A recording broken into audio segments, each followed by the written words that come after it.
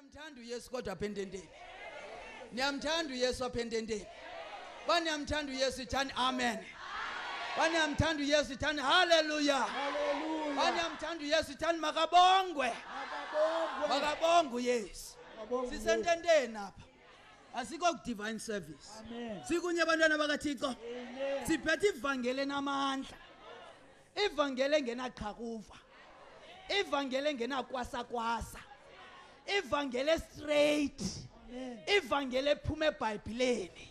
Yonke into esayithetha kweziveki ezimbini iphuma eBhayibhelini. Ukuba ngaba yikho eBhayibhelini. Uba ngaba yikho lonto sayithetha eBhayibhelini. Lonto leyo masiyibambe. Sishwabanise. Sikhangela uziba apha ngakhoyo. Silahlele kubani? Kuzibi. Kodwa ubangabi seBhayibhelini. Ubangabi ibhaliwe eBhayibhelini. Lonto leyo masithini bantwana bakaThixo. Masibambe. Sisondeza apha ngasekhohlo. Niyabona apha ngasekhohlo. Siyoyamise. Sifumbathe. Sigcine ngonaphakade. Kuba yipi kanene? IseBhayibhelini. Xa iseBhayibhelini isuka kubani? Isuka kuThixo. uThixo uthandile into yobana mayibe lapha eBhayibhelini sazi intando kaThixo. Sikunye abantwana bakaThixo elapha eBhayibhelini yintando kabani? kaThixo. Kungcono ke ukuma entandweni kaThixo kunokuma entandweni yomntu. Kuba umuntu ayithetha lento namhlanje imeko zomhlaba zimtshintshe. Ngomsa thethe enye into ayijikele yabe ithetha izolo. Kodwa yena uThixo uthi ndinguThixo andiguquguquke. Into endiyithethe mandulo, into endiyithethe kuIsrayeli, into endiyithethe 6,000 years ago, into endiyithethe 2,000 years ago, ndisamile kuyo nanamhlanje kuba ndinguThixo andiguquguquke. Sikunye abantwana bakaThixo xa ibhaliwe eBhayibhelini sizayibamba lonto leyo siyisondeze ngasekhohlo siyifumbathe sigcine ngonaphakade. Amen. Makabonge uYesu.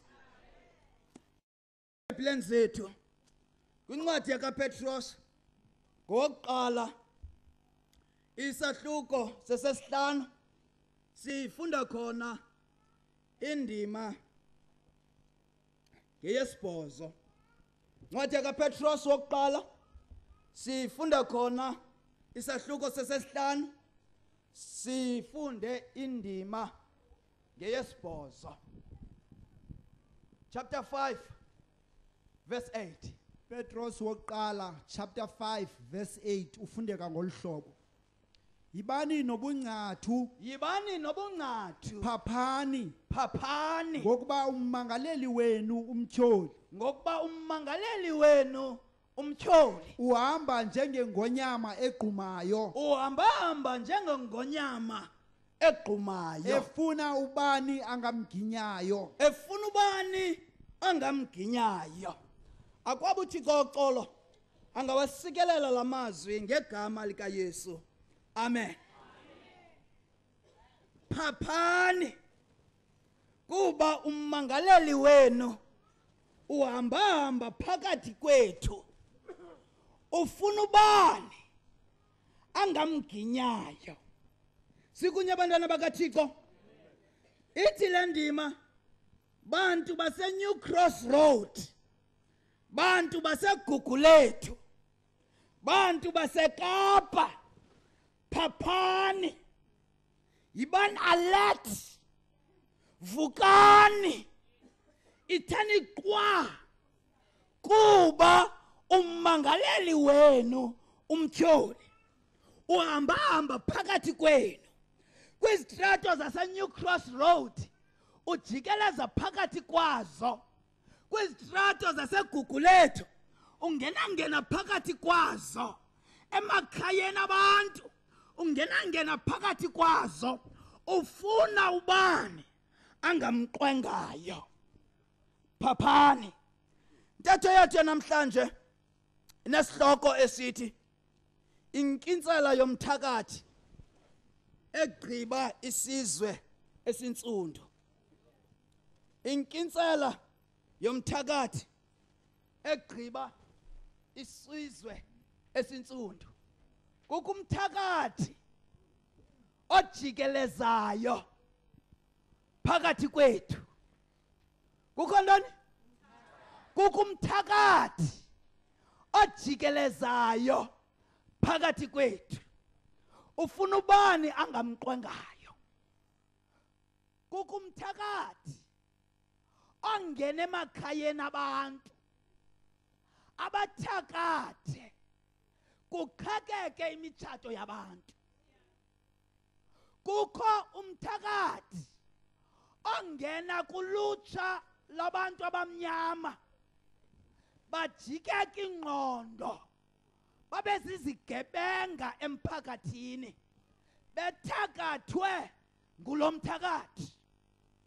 Kukho umthakathi ojikeleza phakathi kwama-Afrika othi xa babambile ngesandla esikhohlakeleyo bafe abantu abatsha batshone 6 feet underground bebekelwe ngumthakathi. Kukho umthakathi obangela into yoba namakhaya amaninzi namhlanje ayokulala engakhange ayifumane isophoro. Kukho umthakathi obangela into yobana namhlanje sityibilike egazini siphefumle i-violence kukhohlela isibhamu kufa abantwana abangenatyala. Yonke lento yenziwa ngumthakathi. Kwantu ke kukho into ethi xa izinto zingahambi ngandlela kuthatyathwa intonga kuhanjwe kuyofuniswa into yobana kutheni kunjena, kutheni kukho i-violence engaka, kutheni kukho ugonyamelo olungaka, kutheni abantu bebulalana kangaka, kutheni sisokola kangaka, kutheni sisifa kangaka, kutheni lento sigula kangaka. Namhlanje sake sithabatha intonga sijonge sinuke into yobana ngubani lo mthakathi ugqiba isizwe simnyama. Ngubani lo mthakathi ujikelezana nabantwana bakaThixo. Xa ufunda iBhayibhile yakho incwadi yeGenesis nguchapter 1 ufunda khona uverse 1 iphepha pha ezantsi ngu5. Ekuqalekeni uThixo wadala amazulu nehlabathi. Ekuqalekeni uThixo wadala amazulu nantoni nehlabathi. Lena yincwadi yokuqala yeBhayibhile. Esi sisahluko sokuqala seBhayibhile. Le ndima yindima yokuqala eBhayibhileni.